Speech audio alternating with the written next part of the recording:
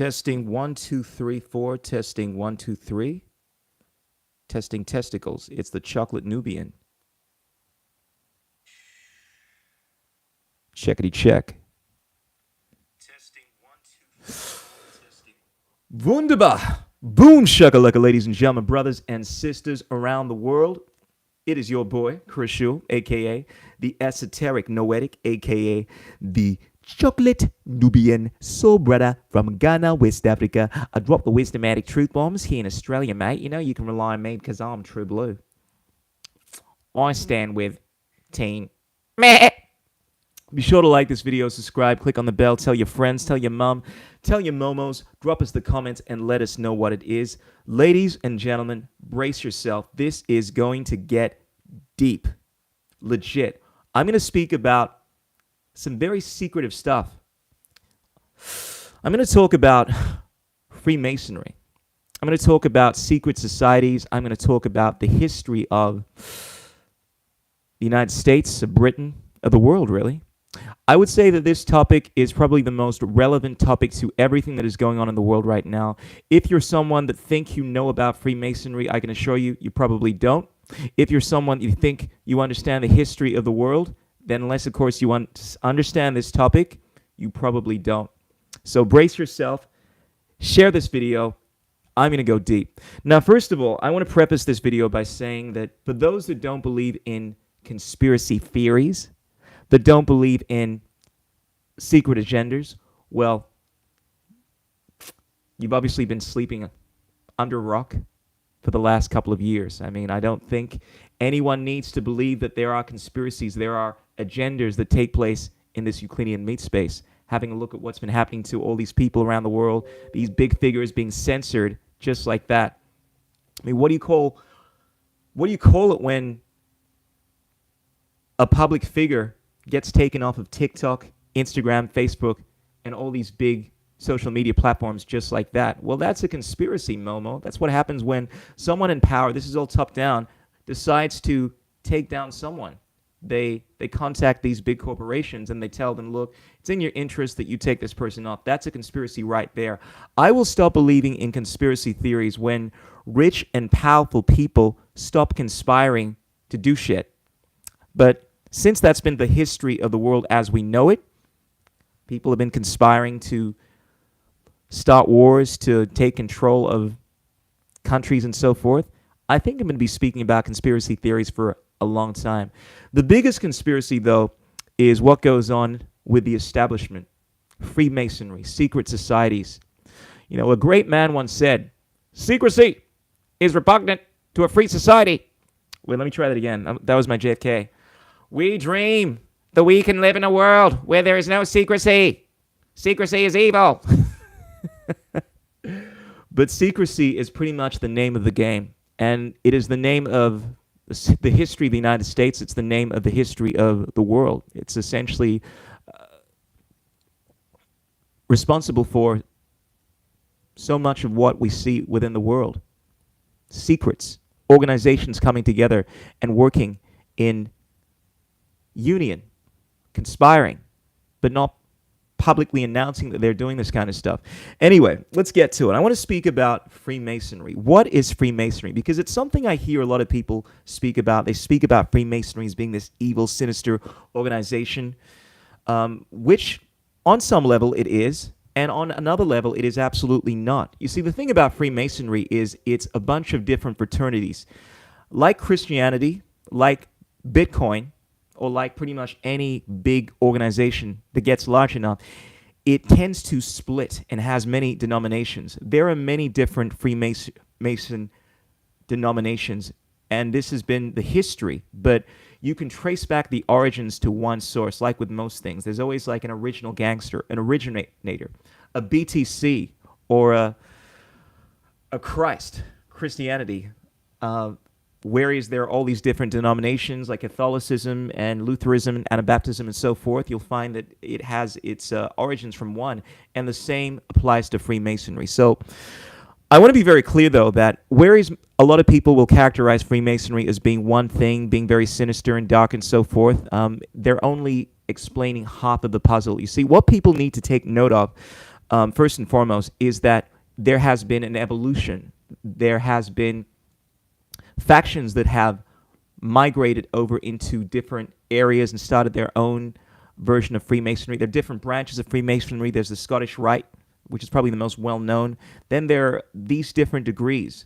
The first initial degrees are known as the Blue Lodges, and these are the degrees that most people that claim to be in Freemasonry will be familiar with. And then, of course, you have the higher degrees where people that enter these degrees, they get these ridiculous titles where they deal with more esoteric information. But first of all, I just want to preface this by explaining to you guys that the reason I know a fair amount about Freemasonry is because, arguably, I am a Freemason. No, technically I'm not a Freemasonry, but my father was a Freemason. He was actually a member of an esoteric lodge known as the Order of the Golden Dawn, which is a Freemason lodge. There are many different branches of Freemasonry. Whereas the Hermetical Order of the Golden Dawn deals with the philosophical ideas of Freemasonry. This is, I would say, and this is where it comes down to what is Freemasonry to you. I'll probably preface this by telling you that whereas there is the Freemasonry of the establishment, so this is how most people characterize Freemasonry. When I'm talking about the establishment, let's talk about a cabal of people that essentially want to enslave humanity or essentially bring about our safety through control mechanisms, right? Through a transhuman agenda, essentially want to take over the world. We have figures like Cecil Rhodes that essentially took over the gold from South Africa. They have this agenda at hand. Now, granted, these are individuals, but you find that there are figures within the establishment of Freemasonry that have this goal in mind. And then there is the Freemasonry of the philosophical side. So this deals with the understanding of esoteric information, deals with understanding the Kabbalah, the mystery schools. This deals with the Hermetical sciences, which is actually at the genesis of Freemasonry, which can be traced back to not just the United States, not Britain, but has its origins in the ancient world through Hermes Trismegistus, which I will get into in more detail later. But fundamentally, the Freemasonry that I was most influenced by deals with mysteries, the esoteric knowledge. If you are someone that has delved into this particular area, then you probably have a deep understanding of Freemasonry. You just don't realize it. Now, a lot of people assume that a Freemason is going to be someone that is sinister, that is manipulating, that is dealing with pentagrams and weird artifacts and trying to commune with demonic entities and so forth. But as I said, there are many different branches of Freemasonry, which I'm going to cover. But the genesis, the atom seed of Freemasonry, deals with the illumination of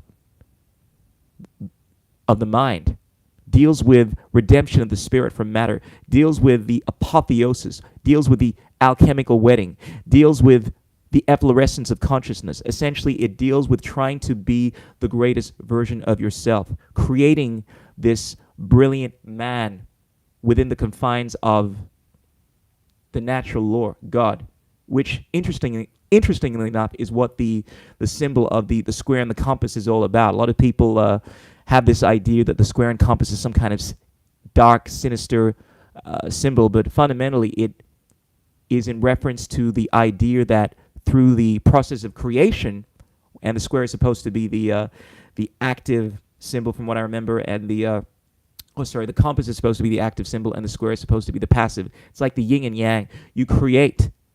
And this is fundamentally what the Freemasons are. They are builders. They are creators. And they're doing this within the confines of God. G is supposed to represent geometry or God. But anyway, I'm going off on a tangent here. There's a lot of stuff that I wanted to get through, but fundamentally that my indoctrination from a young age dealt with understanding the mysteries, and because I was hugely influenced by my dad in terms of understanding a lot of these principles and esoteric studies and so forth, I was essentially initiated into the knowledge of Freemasonry. Of course, I didn't go through any formal initiations, but I would say that I am a Freemason in effect because of the fact that I understand this knowledge. And I would actually say that I understand the knowledge in regards to Freemasonry, not so much the history, because there are all these different factions, but in regards to the bulk of information, more so than the vast majority of people that actually call themselves Freemasons. Most of the people that are Freemasons in the 21st century, they attend this fraternity, and they're very open about it. They're Freemason guilds, in many parts of Australia and the United States. And then even with the more esoteric aspect, the higher lodges, the vast majority of these people in the 21st century don't devote themselves to an understanding of these metaphysical traditions, of this esoteric knowledge. Now, someone like myself that has invested the time into studying the mysteries, and if you were someone like myself that has, then you have a much deeper understanding of Freemasonry than the vast majority of these Freemasons, even the ones that are within the higher lodges and so forth, as do I. So quite clearly, those that want to say, oh, you're not a Freemason, you don't know anything about Freemasonry, well, in fact, you're right. I don't know anything. I know pretty much a lot more than anything. I know a lot more than most of these Freemasons do in regards to this knowledge, because it's fundamentally about the mysteries. This is what Freemasonry deals with. Granted, there was a schism that took place during, I'd say, around the 18th century, where there were the ancients, those that were more concerned about the ritualistic, religious aspect of Freemasonry, and those that were the modernists that wanted to focus on the philosophical aspect of it. And we have these different branches. Fundamentally, the tradition that I follow deals more with the philosophy. So being a student of Manly P. Hall, who was a 33rd degree Mason, his information deals with understanding mysteries, occulted knowledge, which is essentially what Freemasonry is about. It's understanding science, understanding yourself, but understanding the universe, which are one of the same.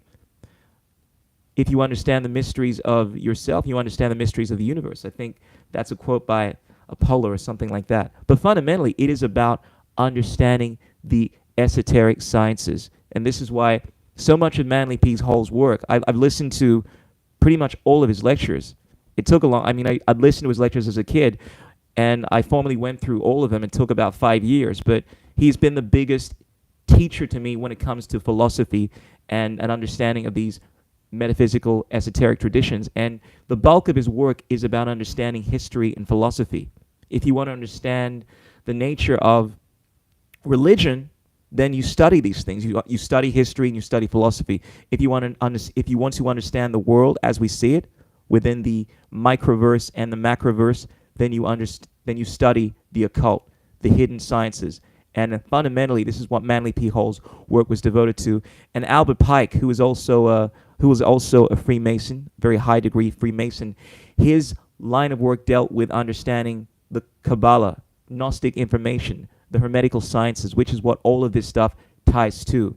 Now, I want to make it very clear that the kind of Freemasonry that is discussed within the current world that has a very dark nature is also a kind of Freemasonry, because, as I said, there are many different branches of this.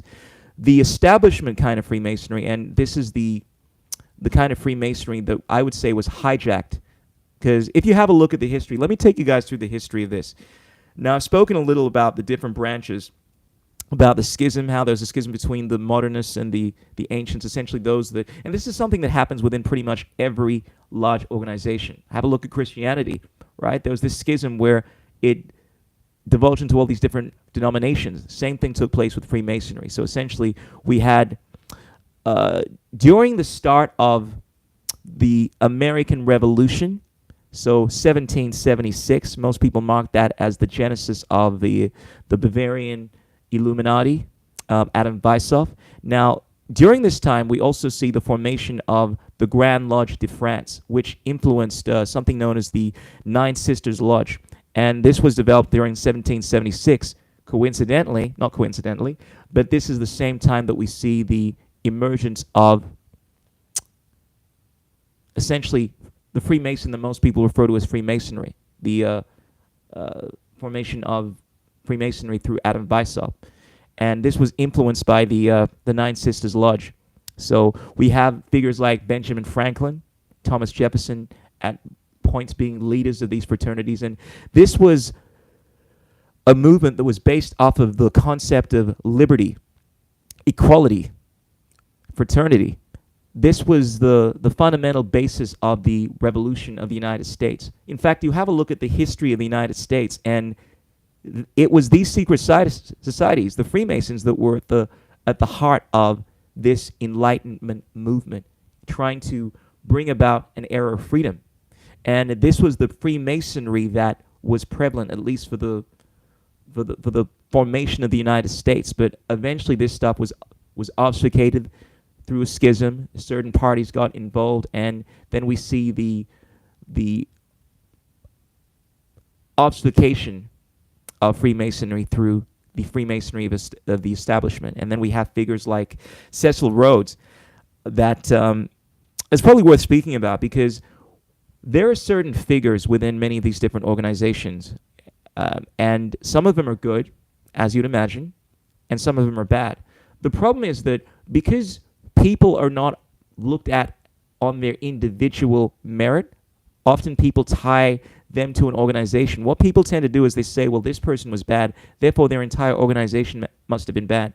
Freemasonry is a bunch of fraternities that is made up of a bunch of many different people. Some of these people had good goals and motives, and others didn't. Cecil Rhodes, arguably, actually not really arguably, was a figure that had intentions that most of us would be inclined to say was nefarious and was consistent with those of the establishment control.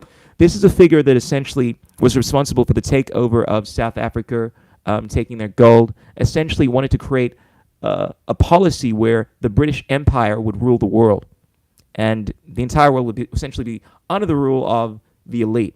And he went about creating something known as the Society of the Elect. This is within the realm of Freemasonry. This is an obfuscation. Now, bearing in mind that this didn't necessarily believe in any of the fundamental principles of Freemasonry, because if it did, the philosophical side of things, the more esoteric nature, light Freemasonry, I would call it, then they would not be going about trying to enslave the world, because fundamentally, those that are in line with the teachings of the mysteries respect the concept of natural law, God, and so forth. But essentially, this character, Cecil Rhodes, went about trying to enslave the world. And this is where we see the formation of the establishment. It's interesting to note that Cecil Rhodes started up something known as the Rhodes Scholarship. You see a lot of figures within the establishment. I know, what's his name? Guy that, blowjob guy, President, Bill Clinton. Bill Clinton. Now, this is a guy that did get a Rhodes Scholarship, that much I know, but the idea is that they grew many of these figures of the establishment in order to take the reins of power so that they can bring about the goals of the dark guild of Freemasonry, so to speak. So, essentially, we've seen someone like Cecil Rhodes, a Freemason, but of a very dark variety, bring about this system of control and so forth, which doesn't seem to be in line with the agenda of, the mysteries and basically the pursuit of knowledge and so forth. The problem, once again, is that a lot of people always tend to conflate the different kinds of Freemasonry. And I've noticed that a lot of people that think that they are red-pilled, they understand what's going on, they always refer to Freemasonry as being this evil, dark, negative, nefarious entity, and that's only half the picture.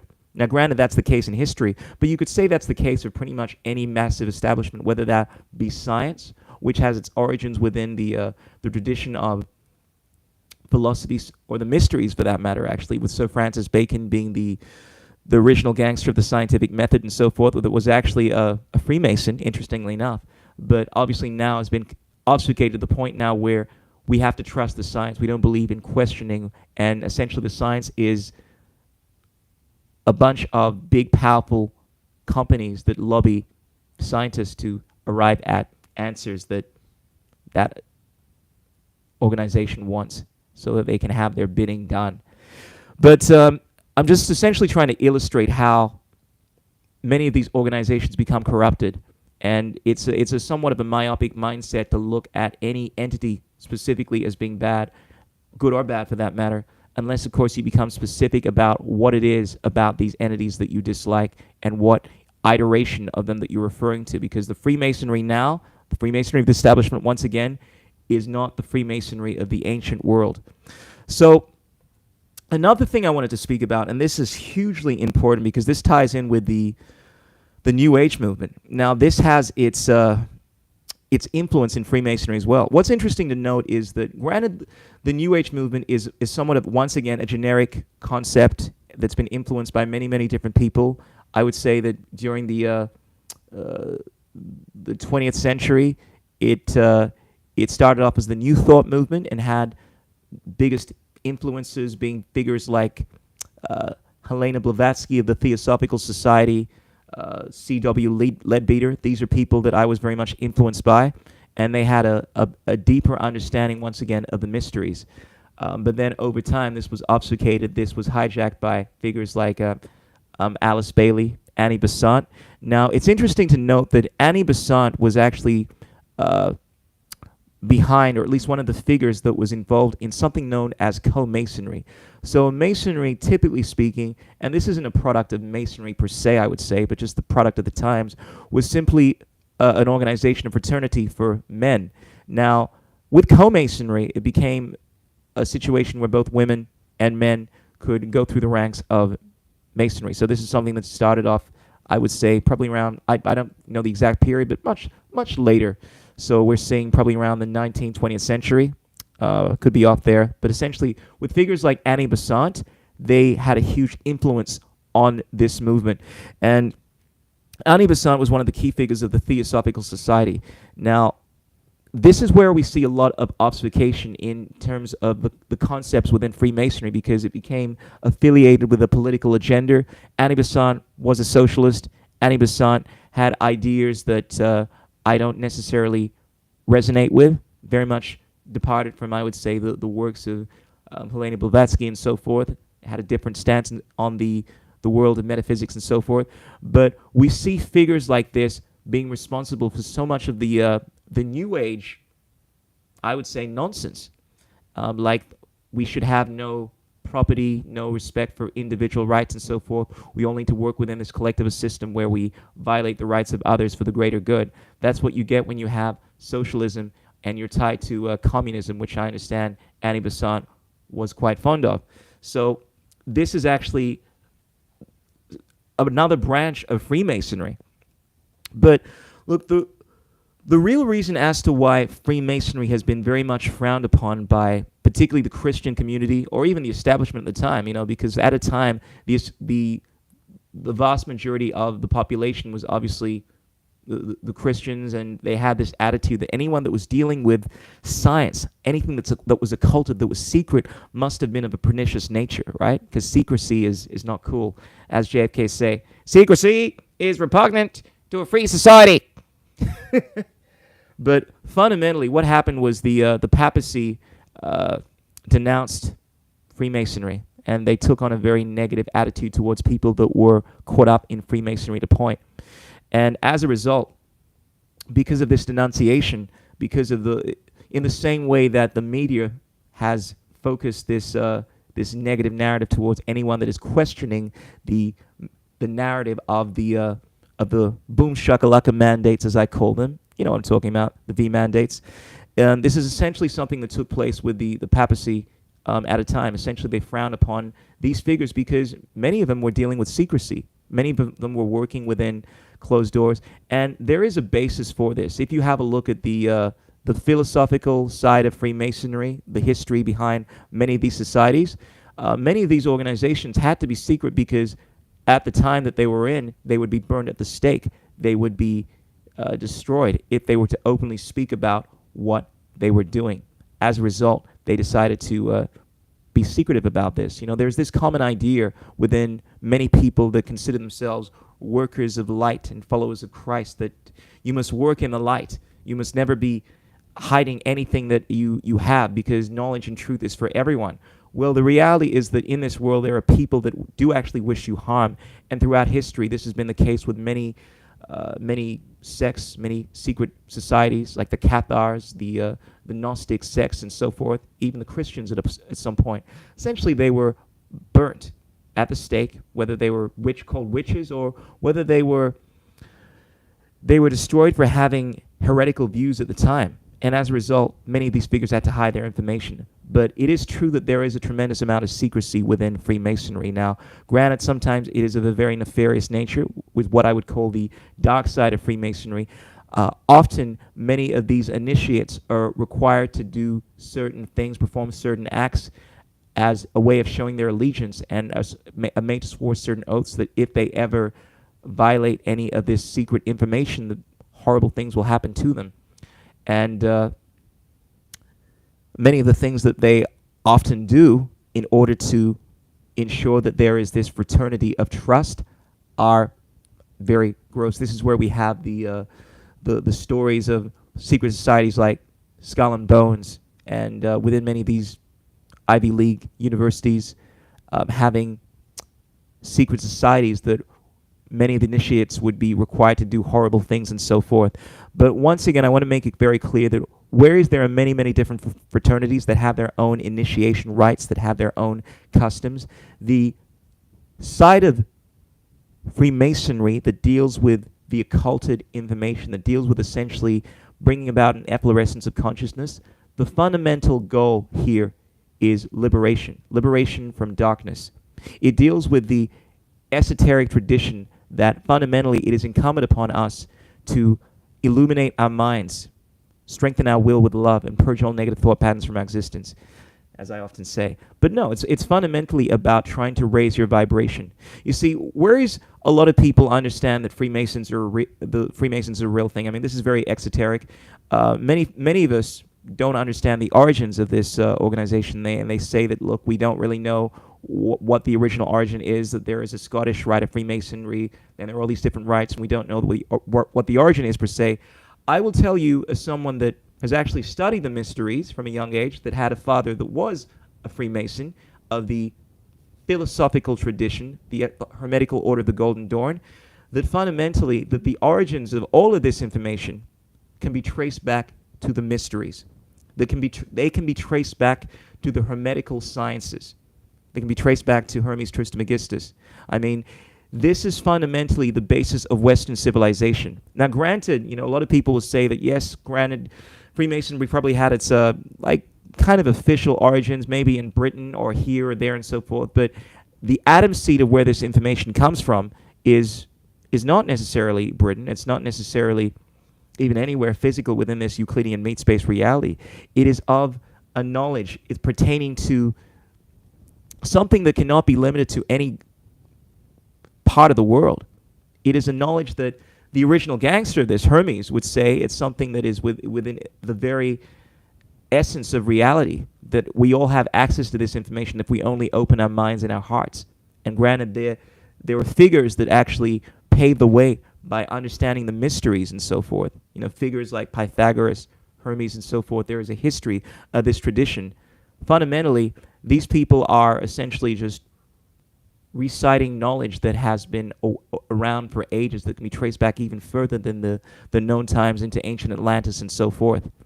The mysteries, Freemasonry, and all of these esoteric origins have the fundamental basis of being something that can be traced to the Hermetical traditions. And that's where this stuff fundamentally comes from. In the same way that, a lot of people, if they encountered some great martial art teacher, like let's say you met me down the road and I taught you Kung Fu, a lot of people would say that, oh, I learned Kung Fu from Chris Schul, when the reality is that you did not learn Kung Fu from me. I mean, granted, Kung Fu came from China. Actually came from India. That's where the origins of this stuff come from, right? In the same way, the origins of Freemasonry are not in France, not in Britain, but can be tied much further back to ancient Egypt, Kemet, but even beyond that, to Atlantis. At the heart of this tradition, the philosophical side, because as I keep mentioning, there is a schism in regards to Freemasonry. There is the schism pertaining to the Freemasonry of the ritualistic tradition, the Freemasonry of the rationalist tradition, and like we have within most civilizations, they've gone through movements where these movements have impacted the zeitgeist of the times. Freemasonry was affected by this as well, and the Freemasonry that we saw throughout the ages morphed and changed, as too has other organizations like Christianity or Bitcoin, with all the different permutations and so forth. But fundamentally, the logical conclusion would be to say that this information can be traced back to, in regards to the analogy I gave, well, to India, which is the homeland of Kung Fu, or specifically when it comes to Freemasonry, the land of Kem, or specifically Hermes. But specifically, it is the heart of reality, this information, the mysteries, the tradition. This is where we get many of the religions, so to speak. They can all be tied to this ancient knowledge. Ladies and gentlemen, freaks and geeks, there you have it. Yours truly, the Esoteric Noetic, has uncovered this this quandary that a lot of people find themselves in. What? The Freemasons are real? What are the Freemasons? This is the common thing I often hear. People speaking about this thing as if it's not even a real thing, or it's somehow a mysterious idea, or that we don't know about the origins, when the origins are right there. It is easy to trace this knowledge to the land of Cam, the hermetical sciences, and so forth. Anyway, I just thought it would be a good opportunity to drop some knowledge on something that is really important to understand in regards to understanding what is going on, because Freemasonry still is an active force within what is going on right now in this world. The Freemasonry of the establishment, so certain figures that have wanted to take on this knowledge and use it in order to manipulate people that are caught up in bringing the entire planet under their control, they very much are an active force. I mean, they come under different names. You know, we may refer to these people as the elite, as the one percenters and so forth. But fundamentally, they are a real thing. And they have always been here, well, as far back as we can tell. They come under different names. In the Emerald Tablets of Thoth, Hermes refers to these people as the Dark Brothers. Essentially, these people that have always wanted to use control mechanisms in order to slay the masses. They are very much an active force in the world. But I think it's important for us to delineate between these forces, these figures that have taken on the mantle of something that was initially used as a way of liberating your mind from darkness, and have obfuscated this and turned this into a very dark, sinister thing in order to manipulate people.